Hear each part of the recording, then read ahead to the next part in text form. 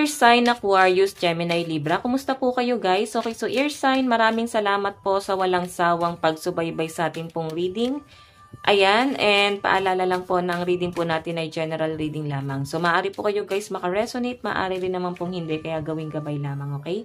So tingnan po natin ear sign, gabay kapalaran mo ear sign. Gabay kapalaran po ni ear sign. Gabay kapalaran po ni ear sign. Gabay kapalaran po ni ear sign. So guys, meron tayong, Ten of Swords. Actually, nahihirapan kayo. Hindi nyo na guys kayang lokohin pa yung sarili nyo na nahihirapan kayo.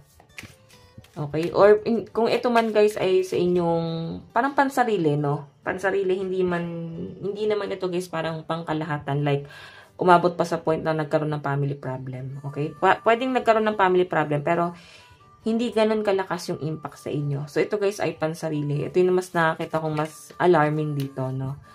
Okay? So, I think nagkakaroon ka ng disappointment, regret sa sarili mo. Bakit ganito yung nangyayari? Walang nangyayari. Okay? Walang progress. Meron po tayong King of Wands. Nakikita ko guys yung pagiging leader type mo. So, siguro guys, ayan, yung iba sa inyo na gusto na magkaanak, siguro kaya hindi makabuo-buo ng anak is dahil po lagi kayong pagod. Siguro try mo daw magpahinga. 2 of Cups, ayan no. Magkaroon kayo ng family planning ng person mo. Okay? Kailangan nyo ng time. Ayan, pahinga ka rin. Meron po tayong The Magician. Okay. So, sa pinapakita sa akin dito, guys, napakasipag mo nga talaga. Kahit na sa, kahit na importante sa'yo itong araw mo na to, or pwedeng day off mo, pwedeng ikaw ay nag-RDOT, or pwedeng lagi kang overtime sa trabaho, sobra-sobra sa oras yung ginagawa mo, guys. Nakikita ko yung pagiging workaholic mo dito. So, ayan nga, guys, kailangan mo ng time, kasi baka naman kayo ay ma-overfatigue niyan. Okay, tapos dami mo pang iniisip, ear sign. So, tignan po natin. Okay. Ayan. Okay, ba't ito yung nakuha ko? Additional message po pagdating po kay ear sign, Aquarius, Gemini, Libra. Additional message po. Ear sign. Meron tayong embrace the flow of life. Ayan, ibig sabihin, mag-meditate ka, para bang pahalagahan mo yung buhay na meron ka, isipin mo kung saan ka ba mas magiging masaya. Hindi kasi guys, madali talaga kahit sabihin kong ganun, lalo na kung ikaw ay nandun sa point na wala ka na talagang malapitan kahit na sino. Tapos, yung iba, maaring wala pang trabaho, so, niloloko pa ng asawa, mga ganyan. So, di ba? Ear sign sa nakikita ko, kailangan mahanap mo yung forte mo. San ka bang aspeto mas magiging swerte? Okay? Tignan po natin. Meron tayong go deeper. So, malalim nga ang mga iniisip ng mga ear sign. Meron tayong shine. New moon in Leo. So, sa pinapakita sa akin dito, guys, kumbaga para kayong sunflower na namumukadkad.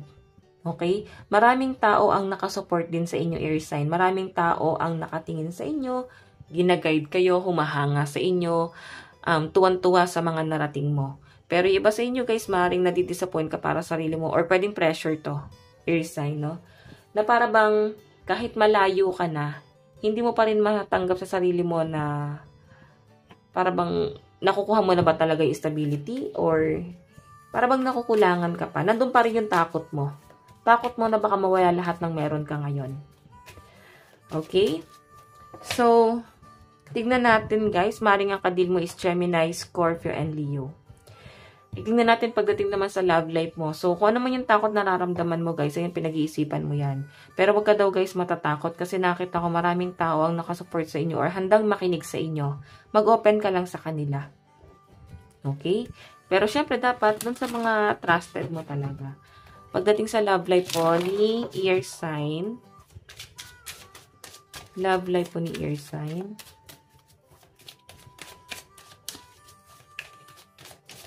So guys, meron tayong The Emperor. Nakikipagpataasa ng pride. or strong na masyado. Sabihin, isa sa inyo ng person mo, matatag na. Hindi na mahina, kagaya ng dati.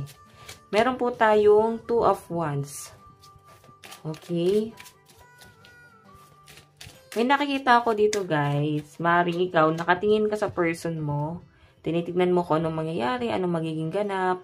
7 of Cups is kung isa ka pa rin ba sa option niya, isa ka pa rin ba sa nagiging priority niya, or pwedeng yung person mo to, guys. Sobrang dami ng ginagawa mo. Para bang napapaisip ka na rin na priority pa rin ba ako ng person ko. Ganyan. Yes, may tampuhan, pero para bang mabilis naman, guys, mawala yung tampuhan, no? Okay, nakikita ko parehas naman kayo logical ng person mo. Yung iba nito, guys, dalawang tao po yung tinitignan ng mga ear sign. Kung makikita nyo, guys, merong someone na nasa malayo, the Empress nandito po. Nakikita ko dito, guys, meron kang tinitignan na someone na nasa malayo. Siguro nasa abroad siya. 7 of Cups, siguro marami kasi, guys, pressure dun sa taong yun. Marami siyang gustong gawin, mga demand. I think, sa nakikita ko rito, guys, nape-pressure ka pagdating sa relasyon mo dito. And, siya pa rin yung gusto mo. Okay, etong taong to. Ang problema lang, guys, pwedeng naguguluhan ka sa dalawang taong tinitingnan mo ngayon. Okay? Ayan. So, maguguluhan ka sa love life mo. O iba sa inyo, guys, pwedeng may karelasyon ka. Sobrang busy lang kayong dalawa ng person mo. Wala man ako nakitang problema sa inyong dalawa. Busy naman, pero nag-uusap pa rin. May nakatingin lang sa inyo dito, guys. Isang taong tinalikuran ka. Someone from the past. Ayan. So, tignan natin, guys. Pagdating sa kaperahan po ni ear sign. Kaperahan po ni ear sign. Meron tayong 7 of Pentacles. Ayan, kakasabi ko lang, grabe yung pagiging workaholic mo. Magician, napaka-busy, no? Marami kang inaasikaso. Yung iba sa inyo, guys, nakikita ko yung puyat mo dito. Wala ka talagang pahinga, no? Siguro, guys, kailangan habaan mo yung tulog mo ngayon. Pahinga ka. Okay? Pahinga ka kung day off mo. Ayan. Sobrang kasi, guys, sobrang talino ng nakikita ko sa mga ear sign. Meron kang goal sa buhay or pwedeng, ayan nga, meron kang inaasikaso. Ayun, no, nilalaban mo. Ibig sabihin, meron kang property rito, guys. Okay. Parang property or nag-iipon ka ba pambili ng gamit sa bahay or para bang nagpaparenovate or nagpapagawa ng bahay. Yun yung pinapakita sa akin, guys, na maaaring pinag-iipunan nyo rin. Okay, so 7 of Pentacles, ayan nga, guys. Pahinga ka kasi nakikita ko yung pagiging mo, guys, sobrang passionate mo sa trabaho. Okay, sobrang yes, gusto mo yung ginagawa mo, hindi mo namamalayan, napapagod ka pala. So, guys, ayun, ang lucky number mo is 7, 7, and 18. Ayan, dalawang 7. 7, 7, 18. Tignan pa natin. Advice po.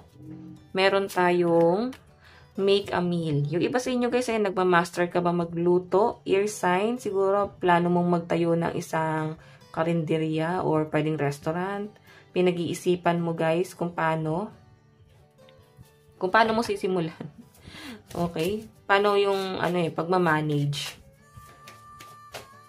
Pero, ang nakikita ko rito, guys, ini-enhance mo muna yung talent mo. Nakikita ko magaling naman magluto ang mga ear sign or ikaw, minamaster mo lang siguro talaga. Ayan, siguro magaling ka rin magkumanta.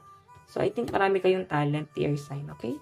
So, guys, ito lang po ang inyong reading hanggang sa muli. God bless and love you. Thank you.